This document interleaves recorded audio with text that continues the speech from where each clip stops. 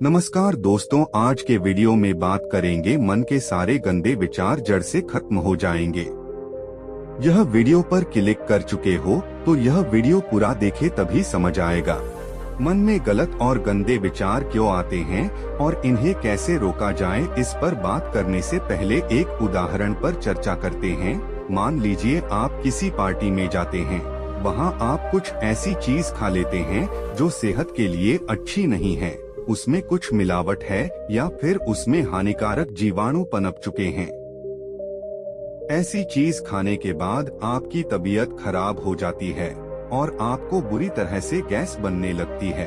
अब आप इससे परेशान होकर गैस को कैसे रोकें यह सोचने लगते हैं, लेकिन असल समस्या आपके पेट में वह दूषित खाना है। गलत संगत अहम कारण। ठीक यही उदाहरण आपके विचारों पर भी लागू होता है। हम अपनी सभी इंद्रियों से अगर ऐसी चीजों का सेवन करें जो उत्तेजक हों, अश्लील हो, तो जाहिर सी बात है कि हमारे मन में भी वही बातें घूमती रहेंगी। कैसे दूर करें? इन्हें दूर करने का उपाय जानने से पहले एक और कहानी सुने। एक व्यक्ति के सिर पर बाल नहीं थे। उसे एक वैद्य मिला जिसने दावा किया कि वह उसके सिर पर बाल उगा सकता है, लेकिन उसे बदले में 10 लाख सोने के सिक्के देने होंगे। गंजा व्यक्ति पैसे देने के लिए तैयार हो गया, लेकिन उसने कहा कि अगर उसकी दवा से बाल नहीं उगे तो। इस पर वैद्य ने कहा वह उसे बदले में 2 गुने पैसे देगा। गंजे ने 10 लाख सोने के सिक्के दे दिए और दवा लेकर चलने लगा तो वैद्य ने उससे कहा, दवा खाने की शर्त सुनते जाओ। दवा खाते समय मन में आम का ख्याल नहीं आना चाहिए, अगर आ गया तो दवा असर नहीं करेगी। गंजा मान गया, लेकिन उसने जितनी कोशिश की कि उसके मन में आम का ख्याल न आए, उतना ही उसे आम के विचार आने लगे। असल में यह मन का स्वभाव है कि उसे जितना दबाएं वह उतना ही ताकतवर होकर उभरता है। ऐसे में क्या किया जाए? मन को शांत करने और कंट्रोल करने के लिए आप यह उपाय कर सकते हैं। हमारे इस सवाल में कि मन को कैसे शांत किया जाए में ही हमारी समस्या का समाधान छिपा है। जब हम कहते हैं कि मन को कैसे शांत करें, तो इसका मतलब है कि हम और हमारा मन अलग है। मतलब हम अपने मन से उसी तरह परेशान हैं जैसे हम अपने 3-4 साल के छोटे बच्चे की शैतानियों से परेशान होते हैं। वह बच्चा हमारा है, लेकिन ध्यान रहे कि हम बच्चे से अलग हैं। हम उसे शांत कर सकते हैं। मन जिद्दी बच्चे जैसा। तो मन को शांत करने की दिशा में पहला और सबसे अहम कदम है यह समझ लेना कि हमारा मन हमसे अलग है। मन जो कुछ कह रहा है, जरूरी नहीं है कि वह सब किया जाए, लेकिन वह दिमाग में इतना शोर मचाता है कि दिमाग का दही हो जाता है। कभी कभी इतना उकसाता है कि हमें क्रोध करना पड़ता है। ऐसे लालच पैदा करता है कि हम बिना विचार किए काम कर बैठते हैं, बाद में पछताते हैं। मन आपके जिद्दी बच्चे जैसा है। वह खुद कुछ नहीं कर सकता, आपके ही जरिए वह अपनी डिमांड पूरी करता है। उसकी एक जिद पूरी करेंगे तो वह दूसरी जिद सामने रख देगा। ऐसे में आप क्या करते हैं? कुछ देर बाद आप उसकी जिद को अनसुना करने लगते हैं। थोड़ी देर में वह खुद थक कर चुप हो जाता है। मन शांत करने का पहला तरीका। तो मन को शांत करने का पहला तरीका है कि उसकी बेकार की बातों को अनसुना कर दें। एक छोटा सा उदाहरण देता हूँ। हम में से सभी लोग जीवन में कभी न कभी इस आदत का शिकार होते हैं। वह आदत है घर का दरवाजा लॉक करने के बाद पलटकर फिर देखना कि वह बंद है या नहीं। सामान्यतया हर सजग शख्स ऐसा करता है, या ऐसा व्यक्ति जो खुद को घर का जिम्मेदार मानता है।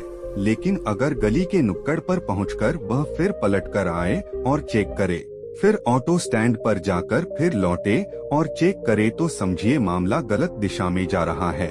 साइंस की भाषा में इसे ऑब्सेसिव कंपल्सिव डिसऑर्डर या ओसीडी कहते हैं। अब चूंकि मन बार बार यही कहता है कि देख लो ताला खुला तो नहीं रह गया, तो चोरी के डर से हम मन की बात मान लेते हैं। लेकिन हर 10 कदम के बाद मन यही दोहराने लगे, तो इसे सुधारने का सरल तरीका यही है कि उसकी बात न सुने। लेकिन यह तभी संभव है जब हमें यह ध्यान रहे कि मन और हम अलग हैं, एक नहीं। मन को किसी और काम में लगा दें। लेकिन कभी कभी मन की हरकतें, उसका शोर इतना ज्यादा बढ़ जाता है कि हम उससे दूर बैठने की कितनी भी कोशिश क्यों न करें, खास फायदा होता नहीं। ऐसे में हम क्या करते हैं, फिर वही बच्चे वाला एग्जाम्पल लें।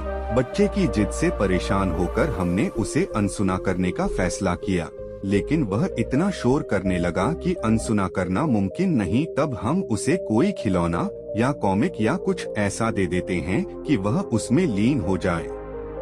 अगले स्तर पर मन के साथ यही करना है। आपने सुना भी होगा, खाली दिमाग शैतान का घर होता है। तो दिमाग को खाली न बैठने दिया जाए। किसी सार्थक काम में, किसी कंस्ट्रक्टिव काम में उसे लगाया जाए, या ऐसे काम में उलझा दिया जाए कि वह उसमें बिजी हो जाए और धीरे धीरे शांत हो जाए। इंसान के दिल में दो तरह के दिमाग काम करते हैं। एक दिमाग कहता है कि अश्लील एवं गंदे विचार आते हैं, और दूसरी ओर दूसरा दिमाग यही कहता है कि जो हम सोच रहे हैं वह विचार गंदा है, और इसीलिए आप भी कहना है कि अश्लील एवं गंदे विचार को काबू कैसे करें, जो इस प्रकार है।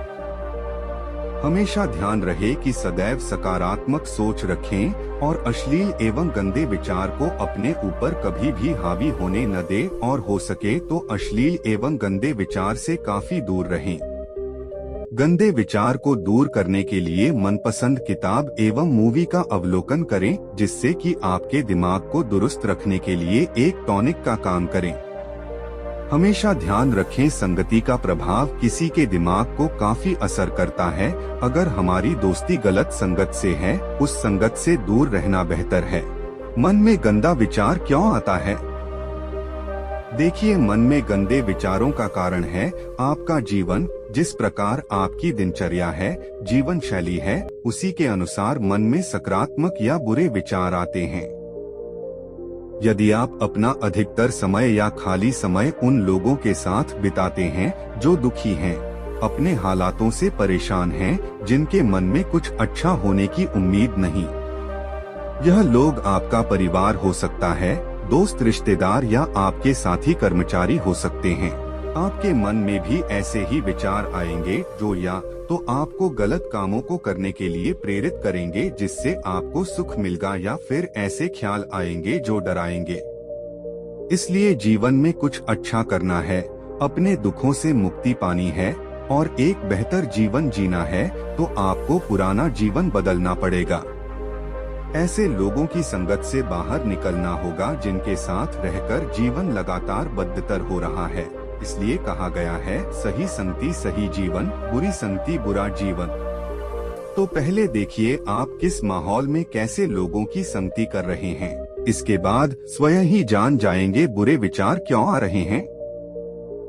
मन से बुरा विचार कैसे निकालें? यदि दिन रात एक ही ख्याल आपके मन पर छाया रहता है, तो सर्वप्रथम आप खुद को यह समझाइए कि विचार सत्य नहीं होते। आम इंसान के मन में दिन भर में सैकड़ों अच्छे या बुरे विचार आते हैं, पर क्या उन विचारों में सत्यता पाई जाती है?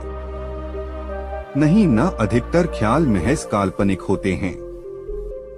लेकिन चूंकि हम जल्दी से मान लेते हैं, फिर चाहे वह बात सही हो या गलत, जैसे आप खुद को ही माने बैठे होंगे, अच्छे या बुरे। इसलिए इसी दिशा में अब आपको यह मानना है कि जो कुछ भी मुझे लगता है सच है, वो है नहीं।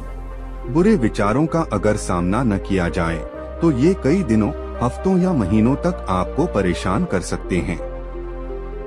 ये अक्सर उसी वक्त पर आया करते हैं जब आपको इनकी कम उम्मीद होती है, जैसे कि जब आप उन स्थितियों का विश्लेषण करते हैं या मानते हैं कि किसी ने आपका अपमान किया है। विचार दर्द भरे होते हैं, बुरे विचार आना स्वाभाविक है, और आपके दिमाग के पास में उनका सामना करने के तरीके भी होते हैं। भले ही बहुत सीरियस डिप्रेशन से गुजर रहे होने पर, या फिर आपके बुरे ख्याल बार बार लौटकर आने पर आपको मदद की तलाश करना चाहिए, लेकिन ज्यादातर टाइम आप खुद ही उन पर काबू पा सकते हैं। एक बात याद रखें कि कभी कभी बुरे विचार आना स्वाभाविक है। ये अपनी परेशानी को पहचानने, उसे स्वीकार करने का संभावित एक अकेला तरीका है। बहुत बार आप ऐसा मान लेते हैं कि आप अकेले ही हैं, जिसे ऐसी मुश्किल हो रही है या फिर आप जिस स्थिति से गुजर रहे हैं उसे कोई नहीं समझ सकता, लेकिन बुरे विचार जीवन का एक हिस्सा हैं और सबसे महत्वपूर्ण बात, वो चले भी जाएंगे। मन में बुरे ख्याल उठने की वजह से खुद को मत कोसें, क्योंकि इसमें आपकी कोई गलती ही नहीं है। एक इसमें मेरी गलती है, मुझे ऐसा नहीं सोचना चाहिए था, या मुझे इस ख्याल से नफरत है, इस तरह की बातों का इस्तेमाल मत करें। आपको पहले भी बुरे ख्याल आए होंगे और ये आगे फिर से भी आएंगे, लेकिन आप फिर भी यहीं हैं, जिंदा हैं और स्वस्थ भी हैं। आपके बुरे विचार आपको मार नहीं सकते हैं, बशर्ते आप इन्हें अपने लिए विकराल मुश्किल नहीं बना लेते। पूजा करते समय गंदे विचार आने का कारण। ज्योतिषियों का मानना है कि व्यक्ति के दो मन होते हैं, एक शुद्ध मन और दूसरा अशुद्ध मन। अशुद्ध मन होने पर व्यक्ति के मन में कामनाएं उत्पन्न होने लग जाती है, वहीं कामनाओं रहित मन को शुद्ध मन माना जाता है। मान्यता है कि अगर व्यक्ति शुद्ध मन के साथ भगवान की भक्ति करता है तो उसे ज्ञान और मोक्ष की प्राप्ति होती है। वहीं अगर पूजा के समय किसी व्यक्ति को मन में गंदे विचार आते हैं तो घबराएं नहीं, बल्कि उन्हें आने देना चाहिए।